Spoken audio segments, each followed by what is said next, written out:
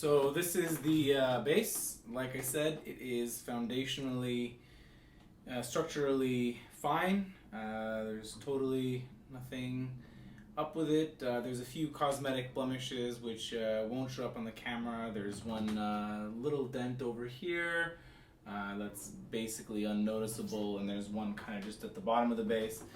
Aside from that, it's more or less structurally totally good inside as well. If you would take a look with a light, it's fine. And this is kind of what it sounds like.